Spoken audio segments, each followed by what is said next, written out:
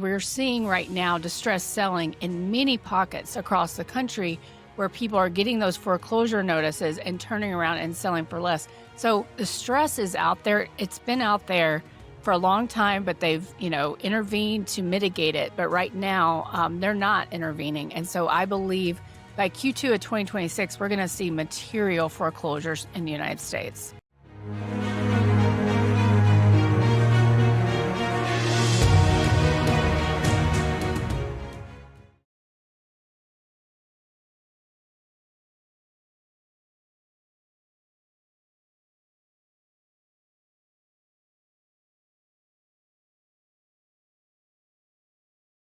Hello, everyone, and welcome to another edition of Triangle Investor Interviews. I'm your host, Lucian Valkovic, and before I announce my guest, just a quick reminder of a disclaimer. This interview and all my interviews are not a recommendation to buy or sell any shares, products, or services. Always do your due diligence and consult with your financial advisor.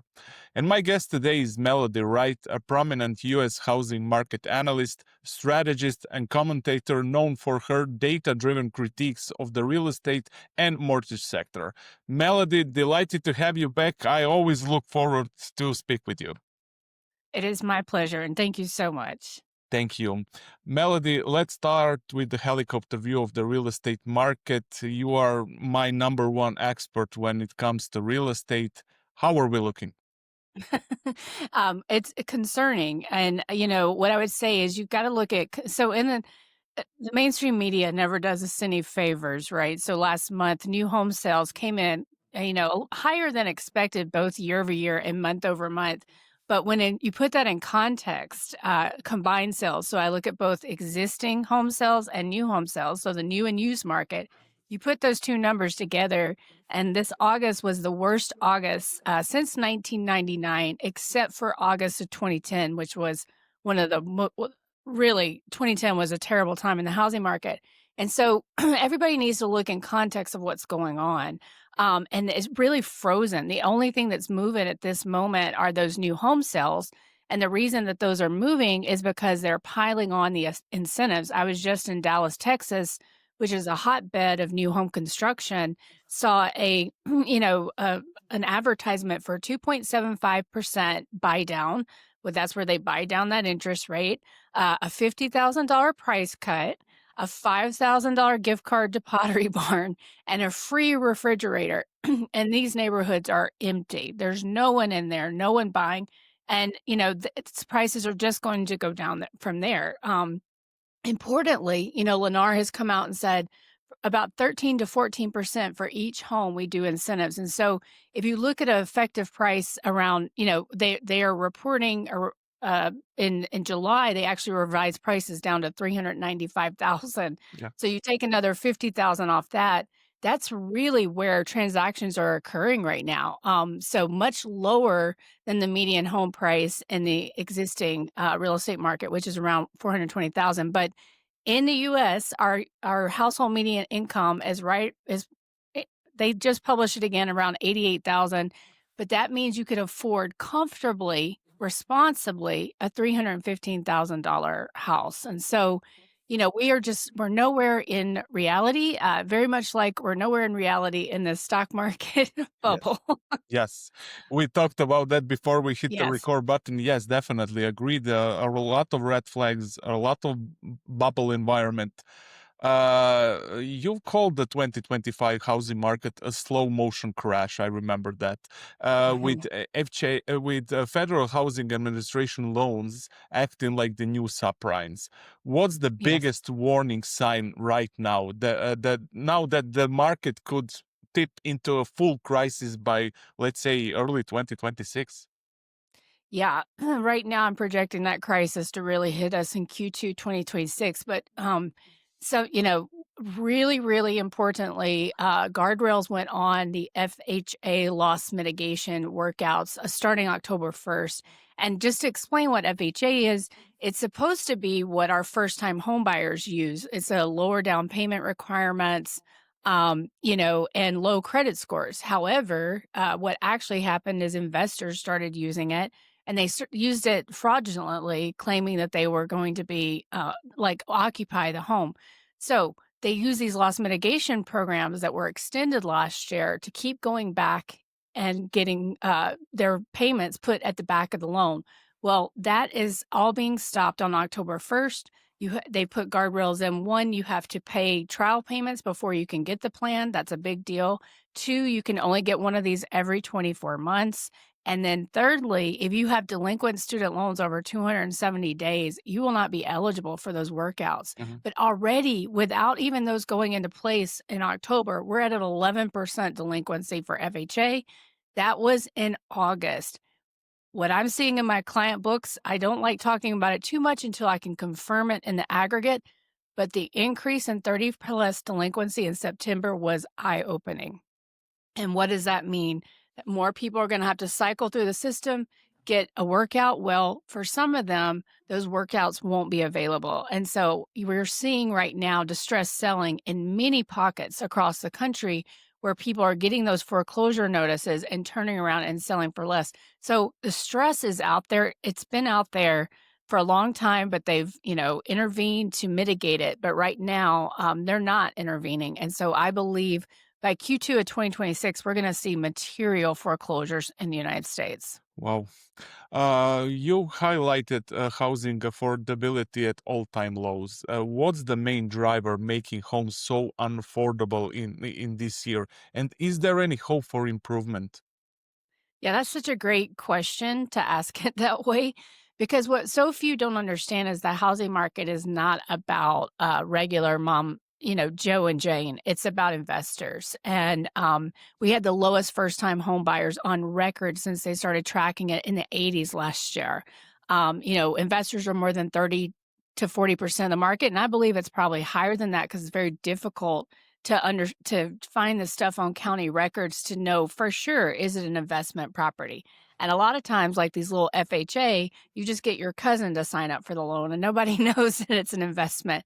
So it's this speculation driven on narrative. I mean, and that's all it is because anybody that could think that LA could lose 300,000 people in 5 years and still their housing market prices would go up, like that's not logical. And so the speculation is rampant, and it's not just the institutional investors. And we could talk about this.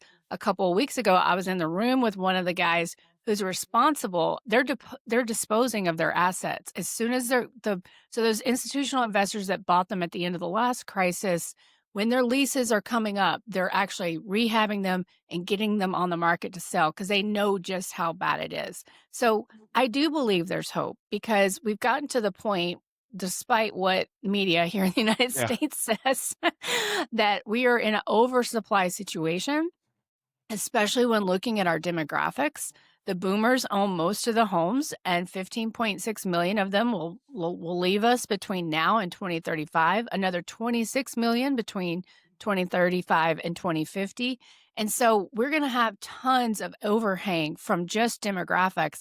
And as I like to say, unless the robots need houses, there's just not going to be people to fill them. And so you're going to have oversupply. And then that's where your supply demand situation is going to take over. So I do believe there's actually hope out there that people will be able to afford homes again. Yeah, you've pointed fake housing data and Fed pressure as risks in your Substack. How are these issues distorting the market, and what could happen if they don't fix soon? It's so distressing because, people make big decisions based on that data. And it feels like, I'm a small influencer, but I take my job and my influence very seriously. I don't ever want to give advice that would hurt someone, but unfortunately, this data out there is really masking the true situation. And I think in they have an excuse. Well, it says, for instance, delinquency for commercial banks. People surely know that the banks do most of the lending now. No, they don't know that. I mean, every day on X Twitter, somebody always comments about the banks, and it's like, no, the non-banks are doing that lending. And that's, so if you wanted to talk about this, that this whole tricolor first brands episode is such a great illustration of how, everybody's been saying auto delinquency doesn't matter, things like this. But it does. And also in that industry, Cox has a lockdown on all the data. We could not get good. I have a friend at Unicus Research.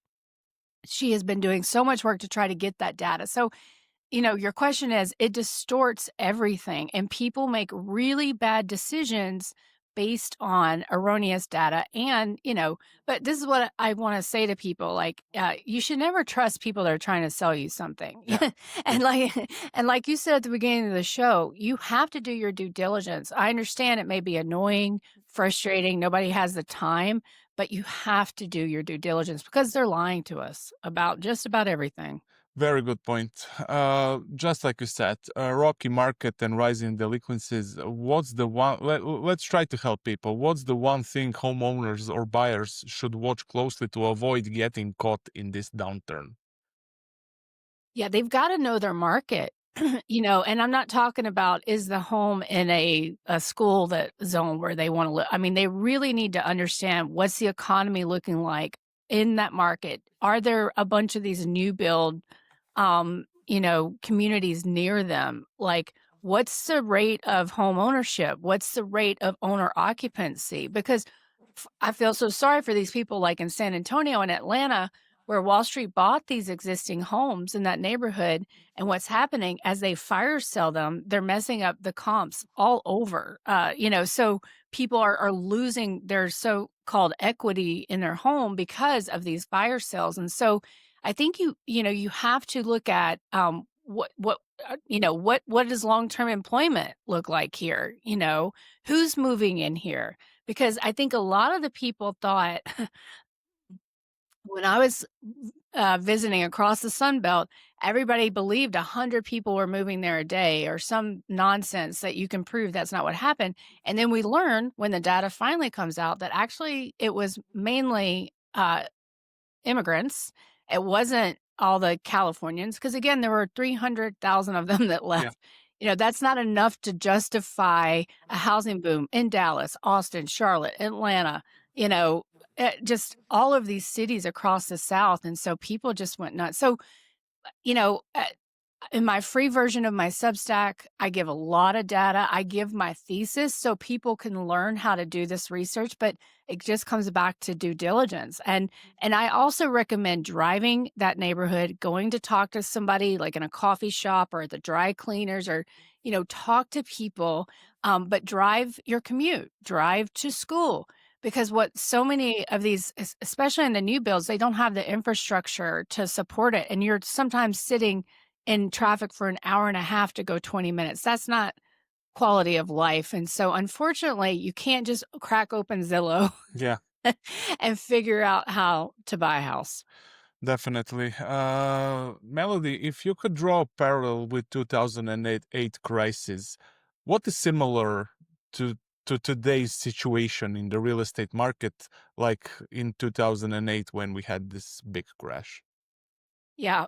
It's so crazy how long ago I wrote this, but I wrote something called Baseline and I was able to show. So I remember I went back and I looked kind of in 2008, what was the percentage of subprime that my company was holding? At the time, we were known as one of the biggest subprime lenders out there. Okay. We had stopped by 2008 doing the nonsense, Yeah. but, and we'd gone heavily into government product, but our book was 12% subprime. Okay. So you look at FHA and how big it is in the market. Back then, it was about 7%. That is now, it's about 13 to 15% now. So what has happened is, and by the way, the standards are way more lax. What has happened is FHA has just effectively replaced that private subprime. On top of that, you have, and so now we have government subprime. On top of that, you have about 3% of the market that's just bananas. They're bonkers. They're doing crazy, these DSCR lending, bank statement loans. Those are already at a 12% delinquency. So you're already talking about 15% of the market already over 10% delinquent.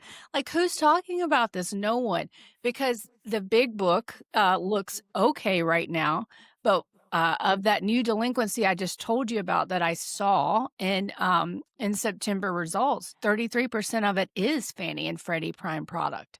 And so as we understand that these credit scores were not what they thought they were, again, just like what happened last time, the foreclosure crisis was not subprime. Yeah.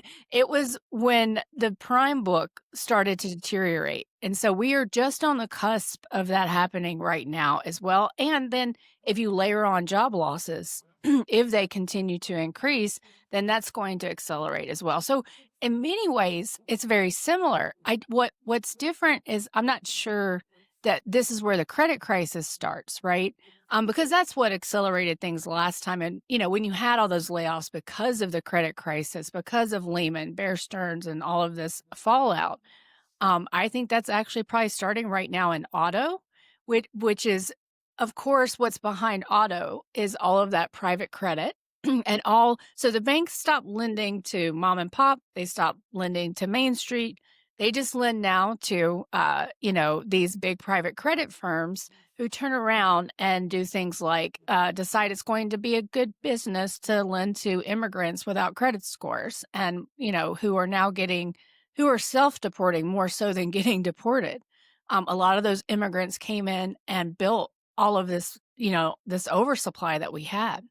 So I think it's eerily familiar. The players may change, Yeah. so this time it's going to be auto instead of mortgage that really starts things cooking. But, credit cards, buy now, pay later, and these private credit folks went crazy. I mean, and I've talked to some of them when I started probably in April when I think people really started to wake up to some of the distress. This always takes way too long.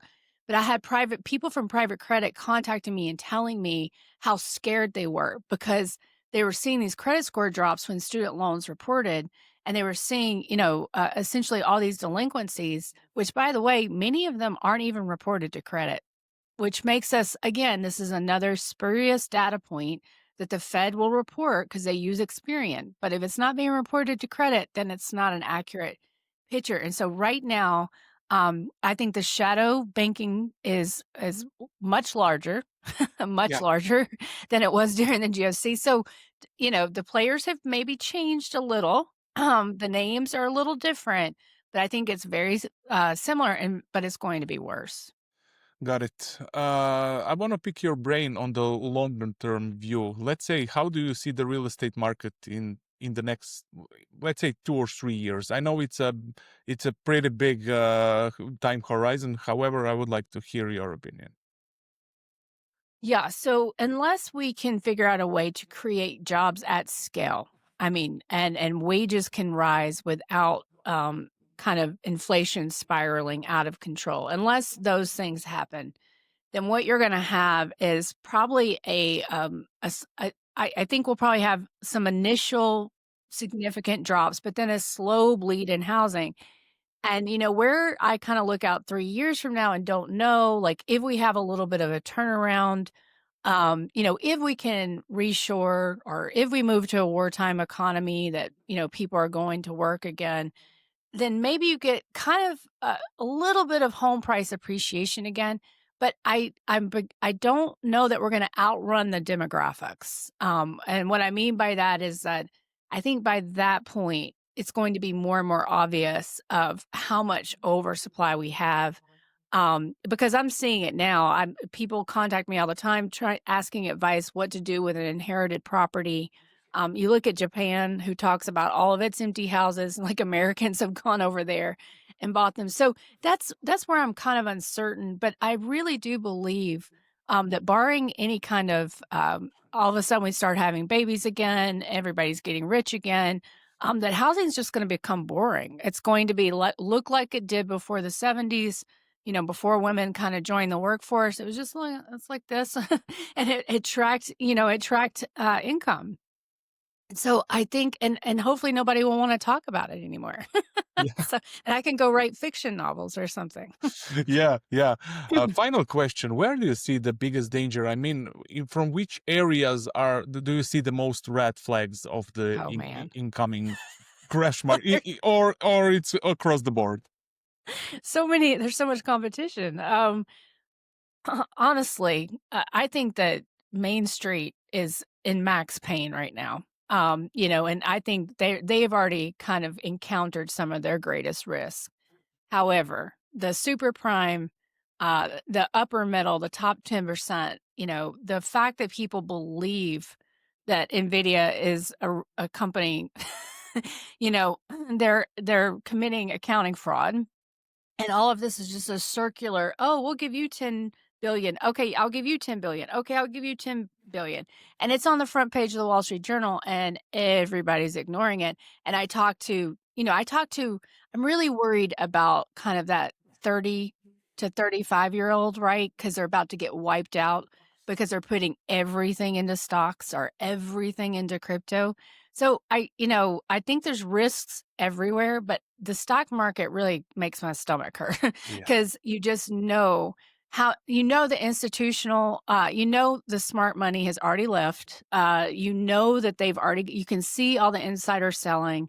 And so it's going to be retail yet again that's on the hook. And that to me is just very distressing. And so I think probably the stock market and these crypto craziness are probably, I think, the greatest risk to people. But what's happening in the non-depository financial institutions and the shadow derivatives market, I think, is the greatest risk to the system.